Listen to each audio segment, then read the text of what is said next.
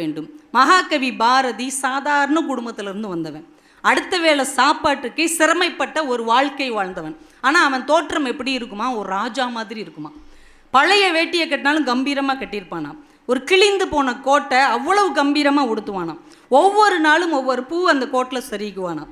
ஒரு ராஜா மாதிரி தலைப்பாகை சூடிக்கொள்வானாம். அப்படி அவன் நடந்து வர்றதை பார்த்தா ஒரு ஏழை கவிஞன் மாதிரி இருக்காதான், ஒரு பணக்கார ஒரு கிரீடம் அணிந்த ராஜா மாதிரி அவனுடைய நடை இருக்குமா. அப்போ எண்ணத்தில் தாங்க இருக்குது உயர்வு.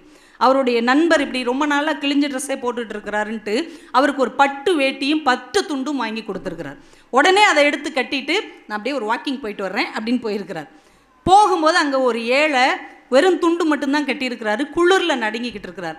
உடனே பாரதி வேட்டியை அவருக்கு கொடுத்துட்டு தான் தோளில் போட்டிருந்த துண்டை கட்டிட்டு வீட்டுக்கு வந்துட்டார்.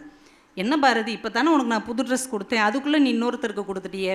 சிரித்து கொண்டே பாரதி சொல்லியிருக்கிறான், பாரதிக்கு கொடுப்பதற்கு உங்களைப் போல செல்வந்தர்கள் நிறைய பேர் இருக்கிறார்கள், ஆனால் அந்த ஏழைக்கு கொடுப்பதற்கு பாரதியை தவிர யார் இருக்கிறார்கள் என்று கேட்டிருக்கிறார். அதுதான் உள்ளத்தின் செல்வம். செல்வம் என்பது சிந்தையின் நிறைவில் இருக்கிறது. செல்வம்